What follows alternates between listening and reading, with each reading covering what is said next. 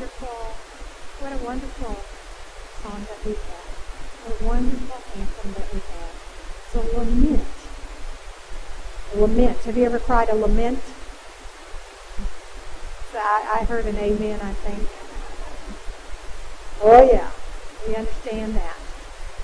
So it was just beautiful when there's trouble, then the Lord comes. So we're going to unwrap all of those words that are kind of in that anthem.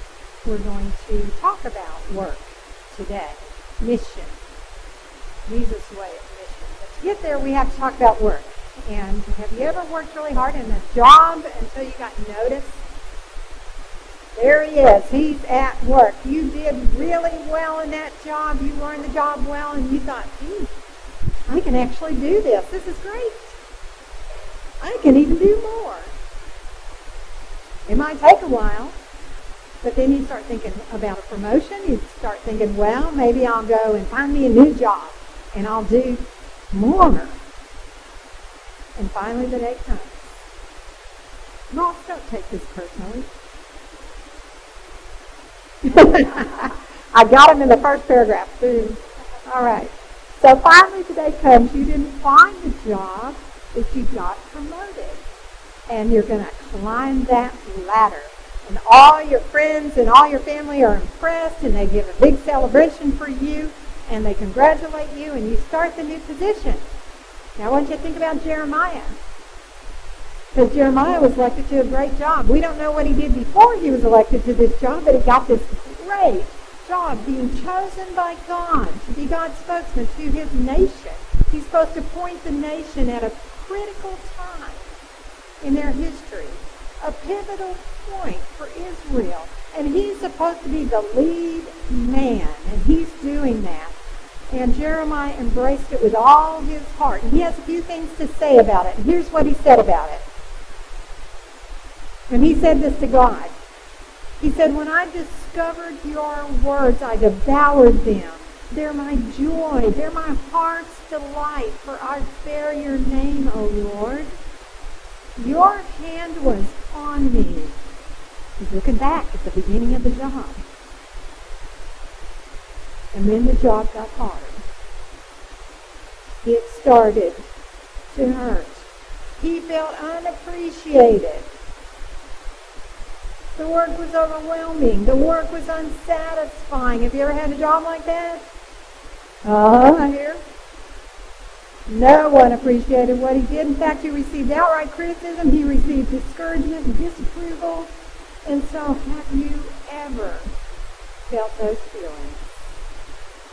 Yeah, of course we have. Oh, Lord. The lament was, what have I gotten myself into? He could hardly put one foot in front of the other. Why did I sign up? It got so bad he even complained to his mom, and when you go and complain to your mom, it better be bad. Woe is me, my mother. Oh, that I had died at birth. I'm hated everywhere I go. All they do is curse me. Then he prayed, Lord, you know what's happening to me. Please step in. Please step in and help me. Please punish my persecutors. Give them heck. That's Ginger's interpretation. It's for your sake, after all, that I'm suffering. That's a lament. Now, I've had that kind of job. It's not this job. Just want you to know, not this job. But have you ever found yourself in that kind of situation? That place where you just get in over your head and you wonder why you're there? How would Jeremiah find a principle that would stabilize him? How would he find that solid ground? So he went to God. And God was not very sympathetic, frankly. He said, you strayed in your thoughts. He said, you've lost sight of our mission, Jeremiah. You've shifted to concern about yourself. Return to me. We're going to get to that scripture in just a minute, so leave it there. So how easy it is to shift away from your center. And that's what he had done. And that's why God uses the word return. If you turn back, if you return. Okay? We're going to get to that in a minute. So do you need to return to God about your job this morning? Have you kind of shifted in the view of your job into making other things? Now, we'll talk about what job we might be talking about, because it's broader than just employment. So God follows his command with a promise. If you turn back, if you return, I will take you back. Woo! If you turn, he says, I will return to you. I will take you back, and you shall stand before me. Now, to stand in God's mind is like that song they sang. I can stand on mountains. To stand is to be strong. To stand is to be steady. To have courage. He tells him, if you utter what is precious, Jeremiah, and not what is worthless,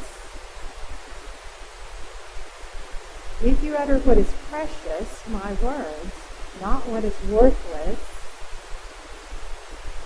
you shall serve as my mouth. It is they who will turn to you, your enemies, all those enemies. They will turn to you. You won't turn to them. In other words, you won't be defeated by all those people who are coming against you. You will be strong in my strength. You will have the victory. Now, doesn't that sound good? Can we say that? You will have the victory. I didn't hear you. All right. So that's what he's saying in that passage. It will be you that comes out on top. So think of your own mission. Now, we're going to talk about that a little. Whether it's work, it might be work that you're out there doing. It might be your relationships that you have, that you're feeling defeated by, that you're feeling kind of, it might be the relationships in the community, that you're trying to influence people in the community and you're not getting anywhere. It might be your commitments here at the church and you just feel like, you're just going to lag in doing them. You get discouraged. It might be your health. Perhaps you're fighting an illness that's kind of chronic, and it might be your health. So he applied this to that. It might be your schooling. It's hard to be in school. Can I have an amen? It's hard to be in school, to keep your focus, to have your goal. What about mission? Your mission, those of you who are on the mission field. And things that, is it always up? No. It's a battle, isn't it? Okay. So whose strength do you want to rely on? That's what God's saying to our friend. He helped Jeremiah understand what it means to follow a mission when those that he was working with, they had lost theirs. All those people, you think about it in terms of he's a spokesman to the culture. He's a spokesman to the nation. And that whole nation had lost their vision. They had lost their purpose. They had lost their sense of mission, that they were God's people. But he was called to stick with the mission of keeping God at the center. Think about it. God's taken his burden on. God's taking Jeremiah's burden on. God's easing his load with these words that were unsympathetic. He's easing his load. Do you remember what Jesus said once? He said, all you who are weary and are carrying heavy burdens, and I will come to me. Come to me. All you who are weary and carrying heavy burdens. That means your daily burdens at your work. I will give you rest, for my yoke is easy and my burden is light. So do you need your load lightened at work, at school, in your mission, in your church? Do you need your load lightened in your relationships, in your other commitments, in your health, in your struggles constantly? Well, this is a principle that Jesus holds to. It started way back in the Old Testament. So that's why we're looking at somebody in the Old Testament, and now we're going to turn to some people in the New Testament, so we can see and understand what this means. So let's look at Jesus' two disciples. They were his inner circle, James and John, his best friends, James and John, and they failed to understand Jeremiah. So my thought is, if they were not reading their one-year Bible, either that or when they came to Jeremiah, they skipped it because they didn't like it. It was too hard. Too hard. And so it was not on the New York Times bestseller list. So they had forgotten. They didn't like it. So let's read Mark 10. Here's their story.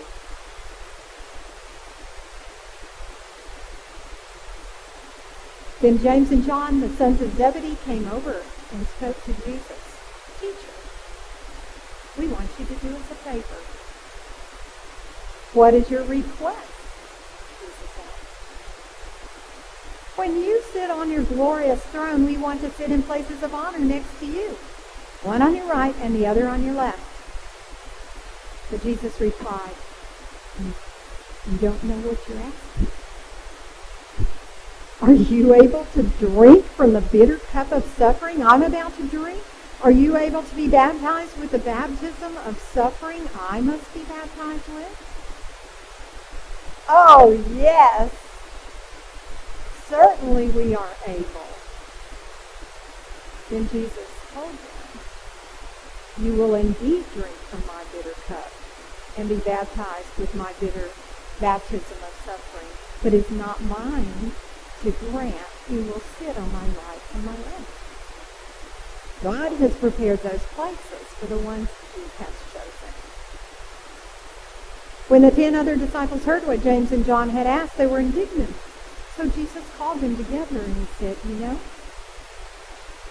that the rulers of this world lord it over their people, and officials flaunt their authority over those under them, but among you it will be different. Whoever wants to be a leader among you must be your servant, and whoever wants to be first among you must be the slave of everyone else. Now, it's not too hard to discover the problem, is it? It's all about me. Isn't that it? It's all about me. Can you imagine Jesus' thoughts when they asked? Really? You've been with me 3 years, and this is what you have to say? Oh, boy. Where does he even start? Well, the best way that we can kind of analyze this is take the discussion and contrast it. And so we're going to look at the differences. So James and John, let's start like this. We want you to do us a favor. What is your request? We want to sit in places of honor next to you. One on your right and the other on your left. You don't know what you're saying. Can you drink my bitter cup of suffering? Can you be baptized with my baptism of suffering? Oh, yes. We're able. You will indeed drink from my bitter cup and be baptized with my suffering. But I can't grant who sits on my right and left. God makes that choice. And there you have it. The perspective. It's either all about God or all about me. So why should we, as disciples of Jesus, be on the, we thought about God's side? Why should we be there? Why should God rule in our lives rather than ourselves? Now, this doesn't happen in one easy week. This is going to be an ongoing looking at and understanding because we want to be free, right?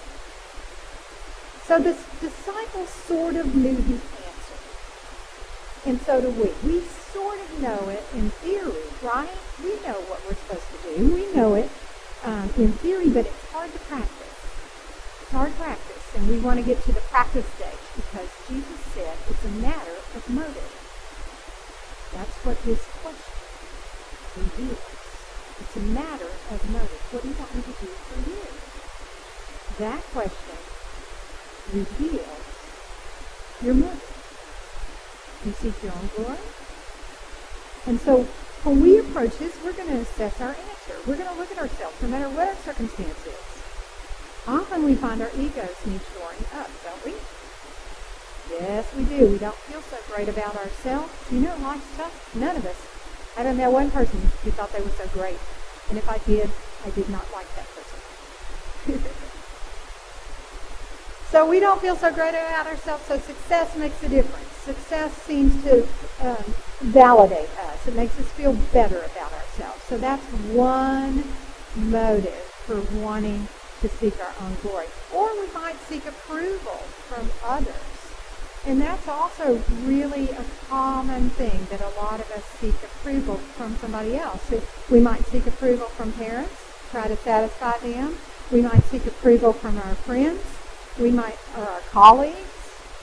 Don't we sometimes want to prove ourselves to our colleagues, go above them, do the extra mile? We might seek approval from our friends. Think about your friends in school that say, hey, why don't you come to this party tonight? And, I know your parents won't let you out past 8:30, but, just come on. And so, you might have that pressure. You need that approval of that friend, a coworker, or society in general. You might take the values of the society, even though you're a Christian, and seek your own glory because you want to satisfy them. You might want to satisfy your spouse. That's pretty common. Makes you feel better about yourself. So, when you seek your own glory, you are not free. When you seek your own glory, you are not free. You're living for someone else. You're living for something that's out there. And I will tell you that Jesus' question, if you let it ask you, if you let him ask you that question, it will reveal where you're at. It will reveal whether you seek your own glory or you seek God's glory. Because that's the question. Do you seek God's glory? Then Jesus will be satisfied. And you will be free. You will gain reward. So Jesus explains how worldly people think. He does that so they can get it. Here's how worldly people think. When you seek your own glory, then you'll want to lord it over all those people that irritated you on the way up. Right? Right. All right. And you will want to flaunt your authority and get back at them. Right? You'll want to flaunt your authority over those who serve you. Have you ever seen that? Have you experienced that in the workplace? Have you experienced that in life? Jeremiah did. That's exactly what he was experiencing. So, Jeremiah went to God with a request, and let's consider his motive. He liked being the spokesperson. He didn't like the bitter suffering that was really hard. He didn't like that cup. He wanted to lord it over the one that opposed him. Ask yourself, what's your motive? It's a self-interest. Now, we're asking ourselves not to condemn ourselves. We're asking ourselves so we can get to the place where we're free. We can get to the place as Christians where we get that reward, that victory that we talked about. And so, I would caution you not to turn away from glorifying God. Sometimes you get tired of like Jeremiah. He got tired of staying there. But I would caution you, glorifying God, you want to stay there because it always wins. Glorifying God always wins. Do we need to repeat that? Glorifying God always wins. Amen. Jesus said you'll be blessed in this life and then you'll gain a huge reward in the end. Now, I don't have much more time to talk about that except to say this. Are we still reading Jeremiah? Are we still learning from him? Are we still reading about the disciples, James and John? Are we the result of their work? It's lasting, right? It's lasted. Here we are thousands of years later, and their words still have power. Now, that doesn't happen when they're glorifying themselves. It happens because God has glorified them. And they still help us. And Jesus' way of mission is a long-term vision. And yes, to identify with him means we're going to suffer. We're going to have people at work. They're going to come against us. We're going to reflect his suffering. Because there's always opposition. You go to school and you get a bad teacher, man, it's not too funny. Right? Okay, I see some kids shaking their heads. They know that person. Okay. Remember, though, Jesus' game is astounding. And look at this game. It's astounding. And he shares it with you. How can you lose? Glorifying God. Always. Okay. You're going to have to build a little more enthusiasm. Glorifying God. Always wins. Okay. When faith seems hard, when what you're going through seems hard, when prospects are gloomy, when you long for something better, God is willingly there for you. Shift your focus. You said that 1 year ago, Mr. Shipman. Shift your focus. So it's 2020, the year of vision. Shift your focus to bring God glory. Start the year with that thought in mind. Serve other people like Jesus did. God will vindicate you, and God will lead you in the right direction. But you must do this wholeheartedly. Do you want to glorify yourself for God? Amen.